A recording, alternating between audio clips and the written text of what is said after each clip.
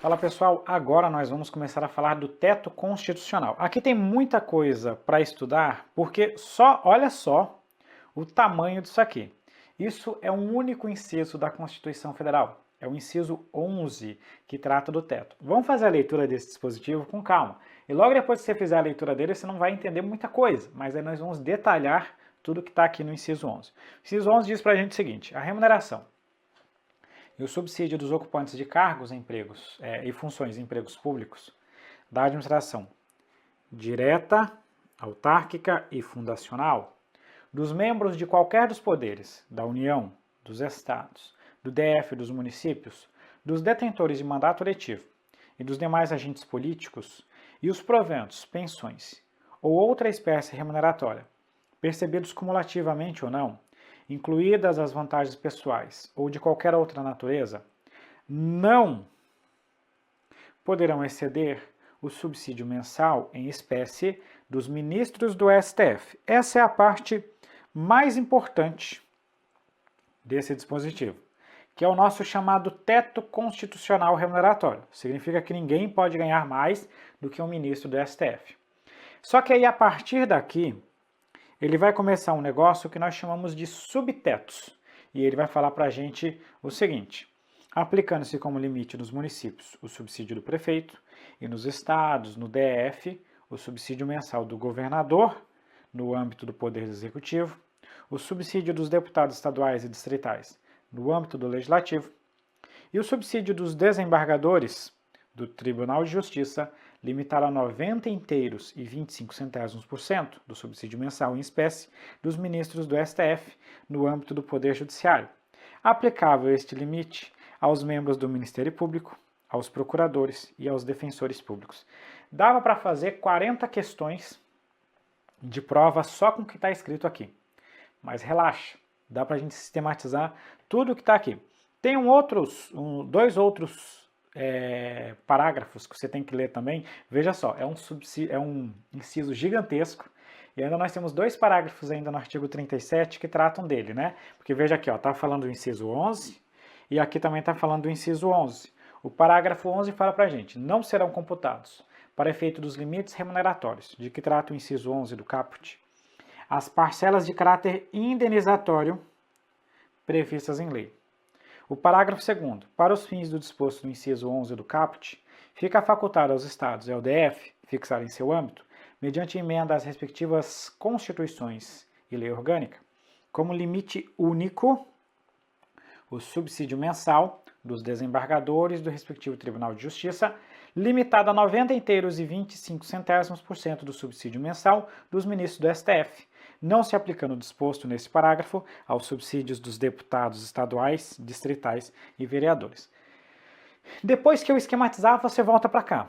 Você faz a leitura novamente desses dispositivos. Vamos começar então a trabalhar aqui todos os detalhes, todos, né? Todos não, porque é um absurdo de coisa, mas o máximo de detalhes possíveis sobre o teto constitucional remuneratório. Pessoal, quando nós falamos do teto, primeiro nós temos que observar que é o seguinte: existe um negócio que é o chamado teto geral.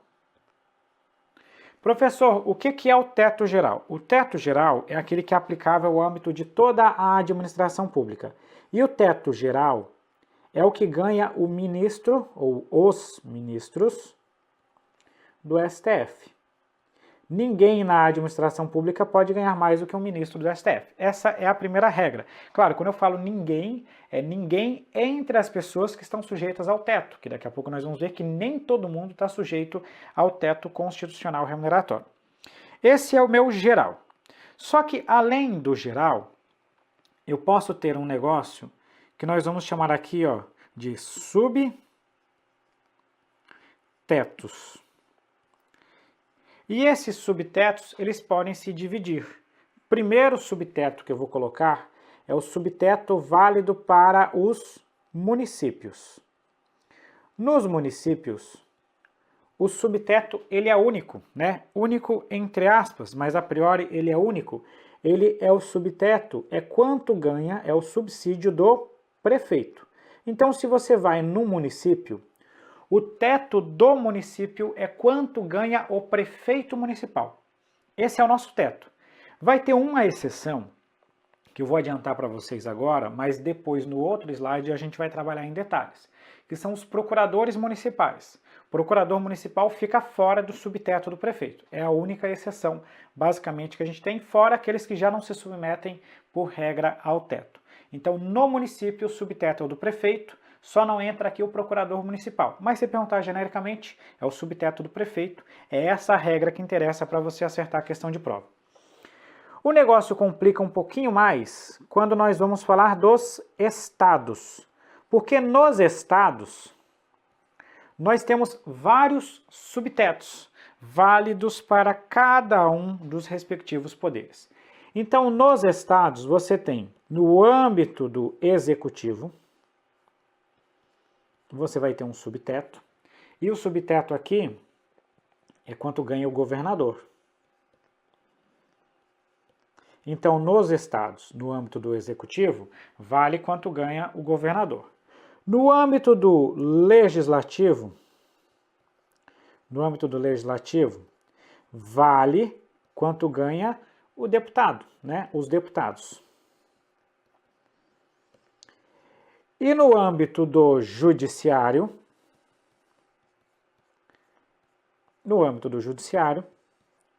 vale quanto ganha os desembargadores. Os desembargadores do respectivo Tribunal de Justiça.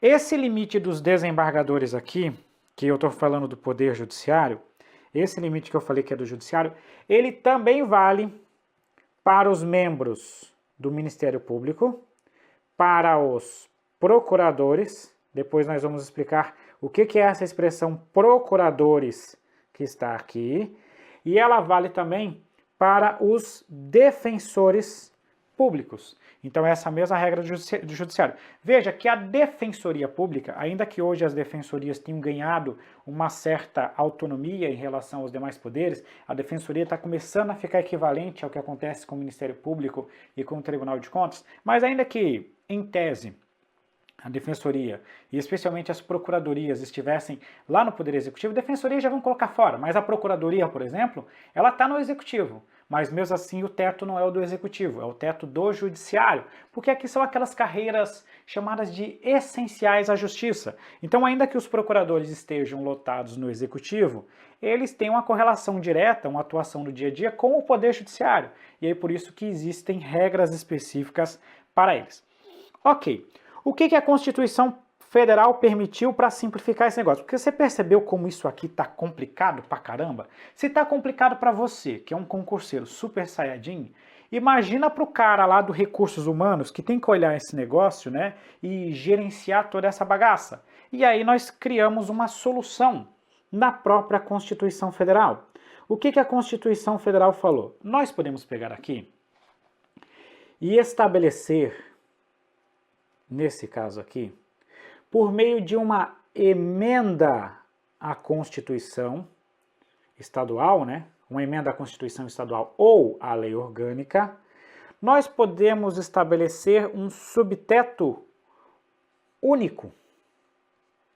Ao invés de você quebrar tudo aqui, você coloca um único. Eu fico perguntando, se os cabras foram permitir colocar um único, por que eles já não colocaram um único igual ao federal e ao municipal? Mas eles não colocaram, eles quiseram complicar o negócio.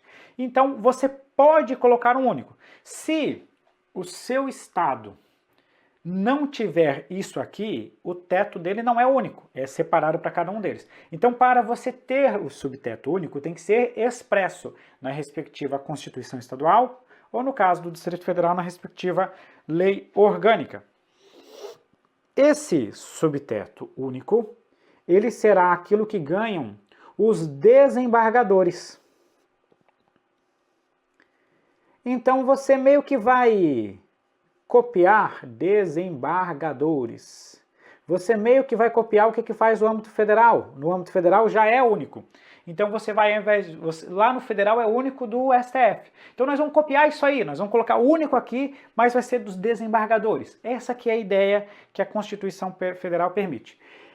Só que aqui tem um teto. E esse teto é de 90,25%, o que ganha um ministro do STF. E daqui a pouco eu vou explicar para vocês que aqui tem até uma complicaçãozinha, né? Que daqui a pouco nós vamos trazer. Resumidamente, você pode ter um subteto único. Esse subteto único é equivalente ao que vai ganhar o desembargador, né? Então, se a questão de prova te perguntar, você pode estabelecer um subteto único que vai ser o que ganha um desembargador. E o teto, esse quanto ganharia o desembargador, teoricamente seria 90,25%. Vou colocar um asterisco e vou te contar um segredo. Na prática, o 90,25% só serve para estabelecer o subteto, porque o desembargador vai ganhar mais do que isso. E daqui a pouco eu vou explicar para vocês o porquê. Professor, então como que é o subteto? É o que ganha o desembargador, mas o desembargador ganha mais. É porque é um subteto que vale para todo mundo, menos para o próprio desembargador. Daqui a pouco eu vou explicar para vocês. Mas se a questão de prova te perguntar, o subteto pode ser o desembargador e está limitado a 90,25%. É o que te interessa até aqui. Por enquanto, só isso te interessa. E tem uma informação. Mesmo que você estabeleça esse subteto não vai valer, ele não se aplica aos deputados estaduais e também não se aplica aos vereadores. Vereador já não iria se aplicar porque isso aqui é um subteto do Estado, né? Mas por que eu estou colocando isso? Porque se a gente voltar um pouquinho aqui, ó, ele fala: o disposto não se aplica, o disposto nesse parágrafo, aos subsídios dos deputados estaduais e distritais e dos vereadores. Por que não se aplica a eles? Aí muita gente fala, né? Ah, não se aplica porque só vale para o servidor público. Esses safados podem ganhar mais. Mas não é isso. É porque já existe uma regra na Constituição relativa ao quanto vai ganhar os deputados e os vereadores. Por exemplo, deputado pode ganhar no máximo 75% do que ganha um deputado federal. Então já tem uma regra para ele já vai ganhar menos automaticamente. Então por isso que essa regra do subteto único não vai se aplicar aos deputados e aos vereadores, porque já existe uma regra na Constituição específica para eles. Só por isso, não é para eles ganharem mais não. Apesar da gente sempre ver as tretas, não é para isso, não nesse momento. Ufa, professor, agora eu entendi os tetos e os subtetos.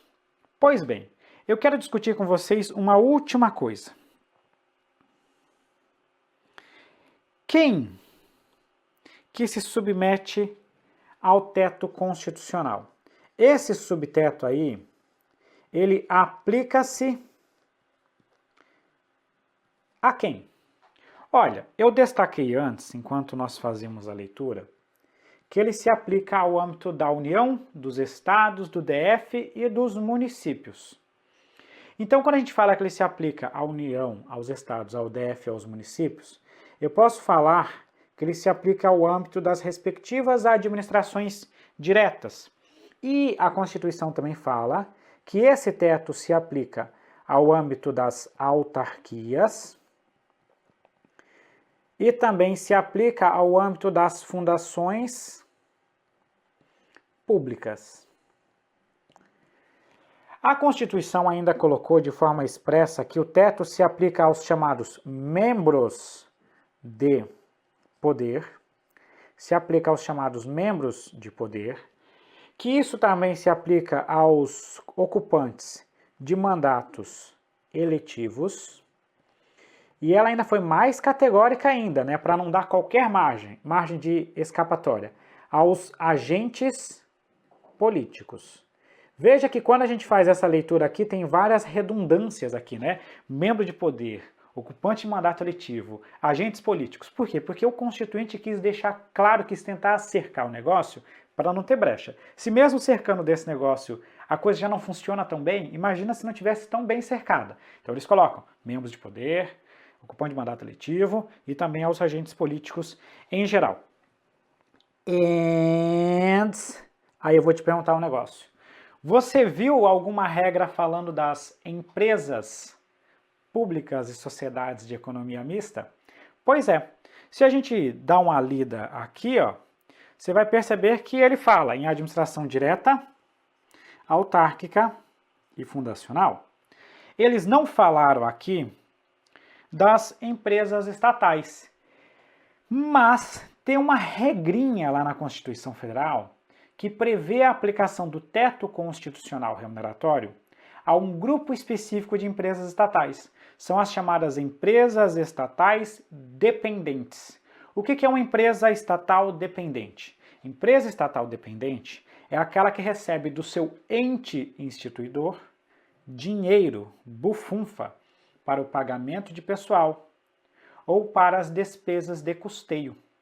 Né? Por que ela é dependente? Porque ela não vive com as próprias pernas. Por exemplo, um estado da federação criou uma empresa pública. Só que essa empresa pública ela não tem renda própria, porque vamos supor que ela preste um serviço, mas não explora a atividade econômica, não está conseguindo gerar lucro dessa sua atividade.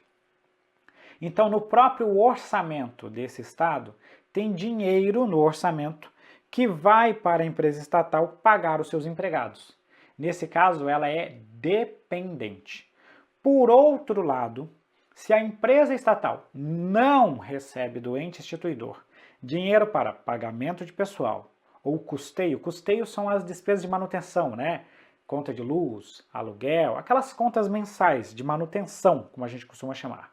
Se ela não precisa de dinheiro para pagar pessoal ou para despesa de custeio, ela será independente. E aí, nesse caso, os seus agentes públicos não estarão sujeitos ao teto constitucional. Que é um exemplo. A Petrobras, é só você pensar.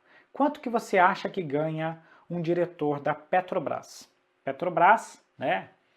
Não sei se hoje, porque isso deu uma variada, não sei se hoje é a maior empresa do Brasil, mas se não é, está entre as três, né? Quanto você acha que ganha um executivo da Petrobras? Se você pagar para ele o que ganha um ministro do STF, que é um bom dinheiro, mas ainda assim não vai fazer frente com que empresas equivalentes ao porte da Petrobras estão pagando lá no mercado.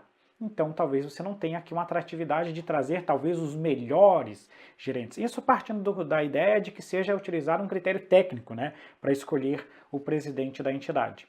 Então, por isso que essas empresas que vivem com as suas próprias pernas, elas não se submetem ao teto. Eu gosto de trazer como exemplo, quando você começa a estudar para concurso, você passa dos seus 18 anos, aí um dia você resolve que vai morar sozinho. Se você vai morar sozinho e você paga todas as suas contas, e você em determinado dia resolve que você quer comprar um iPhone 45 Ultra Power Plus 2.0 e vai pagar 20 mil reais nele, isso é uma decisão sua. E o seu pai não vai poder te impedir de pagar 20 mil reais nesse iPhone Super Plus. Agora, se você foi morar sozinho, mas os seus pais pagam as suas contas, pagam conta de luz, os seus pais te dão uma mesada para você poder ter os seus gastos diários, e aí certo dia você resolve pegar esse dinheiro para comprar um iPhone de 20 mil reais, você provavelmente vai receber um mega puxão de orelha dos seus pais. Por que eles podem meter o bedelho dele quando eles pagam as suas contas? Porque são eles que estão pagando. Então, se a empresa estatal depende do ente instituidor, ela se submete ao teto. Se ela não depende do ente instituidor, aí é aquele cara que está morando sozinho e que paga as suas contas. Meus pais não podem meter o bedelho no que eu estou fazendo se eu pago as minhas próprias contas. Essa é a ideia das empresas estatais. Então, com base nisso, nós podemos colocar o seguinte. Quando nós falamos das empresas estatais, leia-se empresa pública e sociedade de economia mista, o teto constitucional será aplicável se ela for uma estatal dependente. E estatal dependente é aquela que recebe do ente instituidor dinheiro para o pagamento das despesas de custeio ou ainda de pagamento de pessoal. Se ela não depende do ente instituidor para esse propósito, então os seus agentes não estarão sujeitos ao teto.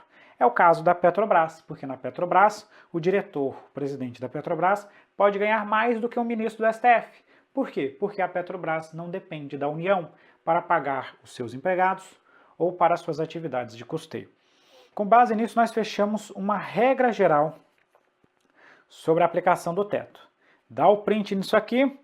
E agora nós vamos avançar para um próximo bloco para tratar de outros assuntos que também são importantes. Agora nós vamos começar a entender alguns pequenos detalhes, tá? Vamos lá. Primeiro detalhe que eu quero conversar com vocês. Quando nós falamos de teto, nós estamos falando, nesse caso aqui, da chamada remuneração,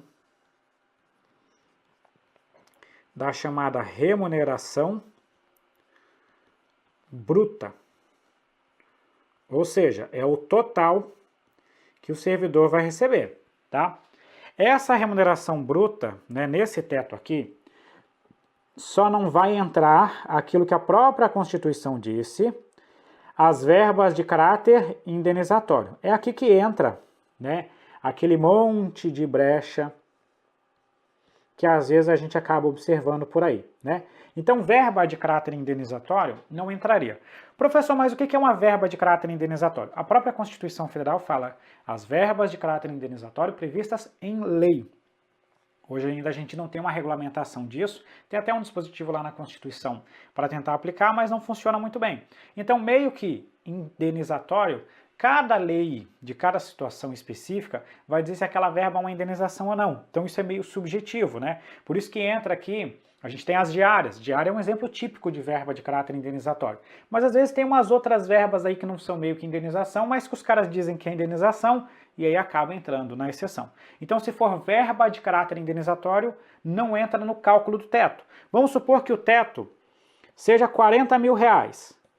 Eu recebi 40 mil reais. E além dos 40 mil reais, eu recebi mais 10 mil de indenização diária, auxílio isso, auxílio não, né? Ajuda de custo para isso, ajuda não sei o que lá, um monte de coisa, um monte de nome que os caras colocam. Não estarei violando o teto, porque a indenização não entra no teto. Essa é a primeira informação. Segunda informação que eu tenho que colocar para vocês é que quando você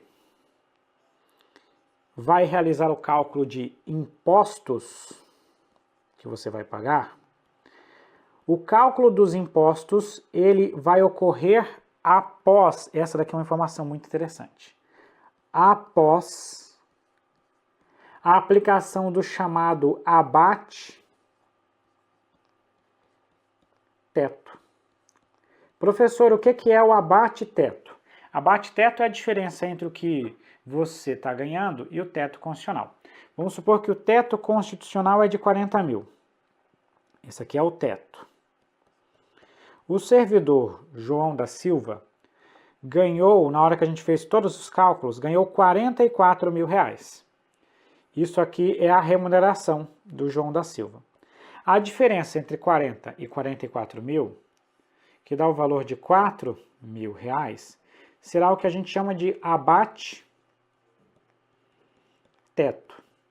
Esse abate-teto é um desconto. Ele não vai ganhar 4 mil reais, ele vai perder esses 4 mil reais.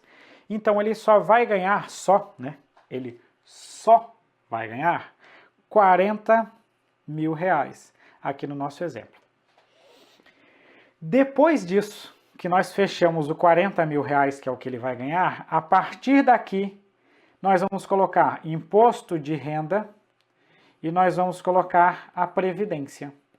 Ou seja, o cálculo do imposto de renda e da previdência será sobre o 40 mil, sobre o que efetivamente ele vai ganhar.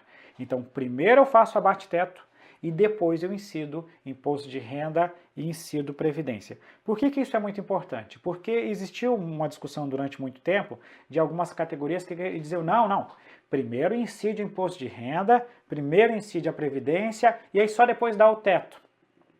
Isso na prática estaria fazendo o servidor ganhar mais do que o teto, porque a tributação ela é também algo que você está ganhando, né? Você não pode considerar a tributação como se não fosse algo que você está ganhando. Teoricamente é algo que você está ganhando. Seria como se você chegasse na sua casa e quisesse descontar o que você tem que pagar de condomínio do seu prédio. Olha, o condomínio do seu prédio também é algo que você está ganhando. Tem que ter um retorno disso, né? Infelizmente os impostos não retornam, mas é coisa que você está ganhando e por isso que você está pagando depois. Então, primeiro o abate e depois você paga, depois faz o cálculo dos impostos sobre o que sobrar do que você está ganhando, tá? Essa é a primeira informação. Temos mais uma série de outras informações para trabalhar aqui. Segunda informação que eu quero trazer para vocês. A segunda informação diz que o seguinte, quando você fala do teto, o teto deve ser instituído por lei, né? Esse é o teto constitucional. E essa lei, que é o subsídio mensal dos ministros do STF, ela tem que ser fixada por uma lei de iniciativa do próprio STF. Por que isso aqui é importante? Porque você lembra que, oportunamente, eu expliquei para vocês que o subsídio do presidente da República, do vice-presidente, dos senadores, dos deputados e de ministro de Estado é fixado por meio de decreto legislativo e esse decreto legislativo é aprovado pelo Congresso Nacional. Tira essa galera e agora eu estou falando de ministro do STF, que é o nosso teto.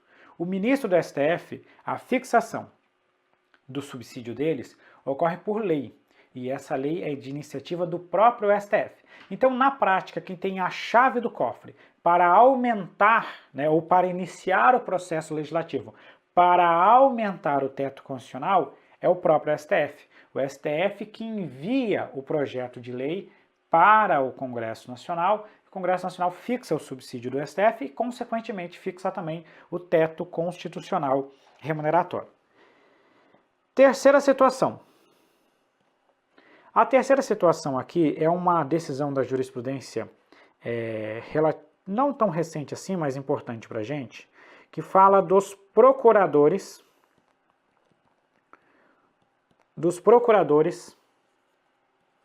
municipais. Professor, o que são procuradores? São pessoas que ficam procurando eternamente alguma coisa? Não, né? Procurador são os advogados públicos, né? Procurador é um advogado, mas é um advogado do Estado, um advogado público, nesse nosso exemplo aqui. Eu preciso voltar aqui um pouquinho para vocês, para a gente fazer a leitura desse final aqui do artigo 37, inciso 11, que ele fala assim, ó, limitando em 90 inteiros e 25 centésimos por cento o subsídio mensal, ou seja, 90,25%, ele coloca aqui, ó, subsídio mensal, em espécie dos ministros do STF, no âmbito do Poder Judiciário. Aplicável este limite aos membros do MP, aos procuradores e aos defensores públicos. A dúvida era o seguinte, quando você começa a ler isso aqui, você sabe que membro de MP ou é federal ou é estadual. Se eu falei membro do MP, então nesse caso aqui, como eu estou tratando do subteto estadual, ele é estadual. Quando eu falo de defensor público, como eu estou falando do subteto estadual, ele é estadual. E só existe MP no Estado e só existe Defensoria Pública no Estado e na União, né? Mas aqui no caso é porque eu quero dizer que não tem no município. Não tem MP no município e não tem Defensoria Pública no município. Só que Procuradoria você tem na União, no Estado e nos municípios. Então, dos três aqui que eu menciono no final, é o único que tem nos municípios. E aí surgiu uma dúvida. Esse termo procuradores aqui é só para o Estado, para os procuradores estaduais, ou é para os procuradores estaduais e municipais? O STF diz que esse procuradores aqui, ele envolve também os procuradores municipais. Consequentemente, a gente tem que fazer duas conclusões. Que a expressão procuradores municipais entra dentro daquilo que nós vamos chamar de função essencial à justiça. E como ele entra dentro dessa categoria, que é a categoria meio que jurídica do âmbito da administração pública, acaba tendo uma consequência que é o seguinte: essa galera aqui, ó, não se submete ao subteto, do prefeito municipal. Então você pode ter um procurador municipal que ganha mais do que o prefeito municipal. Como eles entram dentro da categoria de função essencial à justiça, eles entram dentro daquele limite de 90,25% do que ganha um ministro do STF. Não estou dizendo que eles vão ganhar 90,25%, mas que eles podem ter o subsídio ou a remuneração deles fixada até 90,25% do que ganha o ministro do STF. Se você tiver um subteto do prefeito de 15 mil, o prefeito está ganhando 15 mil, você pode ter um procurador municipal ganhando mais do que isso, ganhando 25, ganhando 30 mil reais, porque ele pode ir até 90,25% do subteto aplicável ao STF. Por quê? Porque ele entra na regra da exceção que nós vimos aqui na própria Constituição Federal. Então, o que nos interessa para fins de prova é que procuradores municipais não estão sujeitos ao teto do prefeito municipal. Porém, se a questão de prova falar aplica-se no âmbito dos municípios o subteto, né, que é válido para os prefeitos. Isso costuma ser considerado como verdadeiro. Agora, se falar que sem exceções, aí nós sabemos que tem uma exceção, que são os procuradores municipais que ficam fora do subteto. Galera, não são apenas os procuradores municipais que ficam fora dos chamados subtetos. Nós temos também essa expressão MM, é de membros, tá? Nós temos também os chamados membros da magistratura,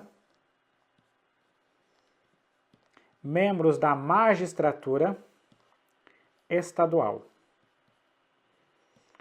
Quando nós falamos da magistratura estadual, nós estamos falando aqui especificamente de juiz e estamos falando de desembargador, né? Seriam esses aqui os nossos membros da magistratura estadual. Os membros da magistratura estadual, eles não se submetem ao subteto. Eu quero dizer para vocês que quando você pega um juiz e um desembargador, ele não está limitado, mesmo sendo do Estado, ao limite de 90,25%. Isso é um negócio muito engraçado e eu quero explicar aqui para vocês o porquê. Porque o STF ele fez uma interpretação da Constituição Federal, que é o que a gente chama de interpretação conforme a Constituição. O que é interpretação conforme a Constituição? É quando você declara uma inconstitucionalidade, não do texto expresso do dispositivo, mas de uma possível interpretação que você poderia dar para aquele dispositivo. Então é o que a gente chama de declaração de inconstitucionalidade sem redução de texto. Você diz o seguinte, olha, tá vendo esse texto aqui? Quando você ler esse texto, você tem que entender ele dessa forma. Se você entender ele dessa outra forma, esse seu outro entendimento é inconstitucional. Então você não mexe no texto, mas diz qual a leitura que você tem que fazer daquela norma. Isso que o STF fez. E olha só que coisa curiosa aqui para explicar para vocês. Veja só. Eu posso chegar para vocês o seguinte. Eu tenho aqui o subteto.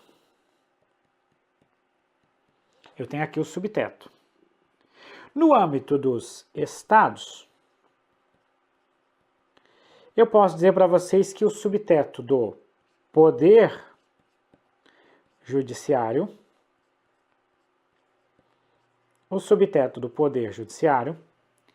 que pode ser estendido para todos os demais, mas ele é o subteto do Judiciário, que pode ser aplicado aos demais, é quanto ganha o desembargador. E a Constituição ainda disse pra gente assim, ó, e o desembargador pode ganhar até 90,25% do que ganha um ministro do STF. Se você faz a leitura desse dispositivo, você entende o seguinte, olha, um desembargador pode ganhar até 90,25% do que ganha o STF. Não é isso que você entende? E todos os demais agentes do Poder Judiciário, e mais algumas outras pessoas, ou todos os demais agentes estatais, se eu aplicar o subteto, não podem ganhar mais do que 90,25% ou não podem ganhar mais do que o desembargador do STJ, do Tribunal de Justiça.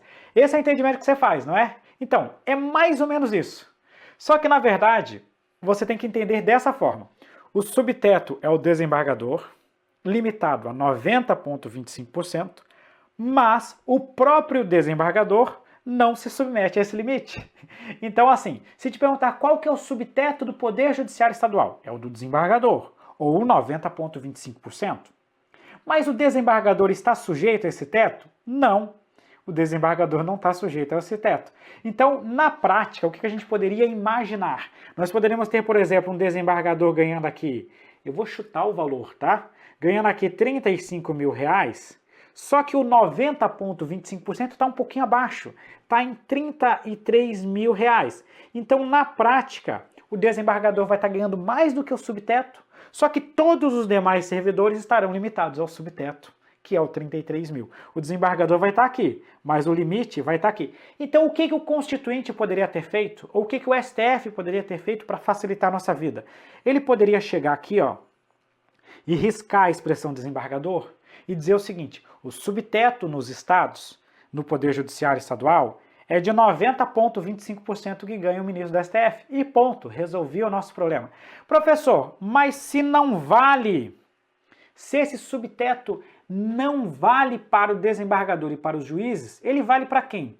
Vale para os demais servidores do judiciário, vale para os servidores propriamente ditos, vale para os analistas, para os técnicos, vale para os servidores do judiciário, servidores do Ministério Público, servidores da Defensoria. Então são os réis mortais que estão sujeitos, na verdade, ao subteto, porque o próprio desembargador e os juízes não estão sujeitos ao limite de 90,25%. Por que eles não estão sujeitos a esse limite? Porque quando nós falamos de magistratura, nós estamos falando de uma carreira que tem um caráter nacional. E se ela tem um caráter nacional, significa que quanto ganha um juiz federal será o mesmo que vai ganhar um juiz estadual. Por quê? Porque, teoricamente, pelo menos segundo o STF, a atividade desempenhada pelos dois é essencialmente a mesma, só mudando o âmbito de competência. Então, por isso que você não poderia instituir um pagamento diferente para os juízes estaduais do que ganha um juiz federal. Tá? Manobras realizadas que a gente vê na hora de interpretar esse negócio. Pessoal, quinta e última coisa. Quinta e última coisa que eu quero trazer para vocês é quando houver um regime de acumulação. Quando você estiver acumulando cargos, empregos e funções, aqui você vai ter que observar uma regra bem específica. Eu vou fazer o seguinte, eu vou chamar uma vinheta e a gente já volta para continuar.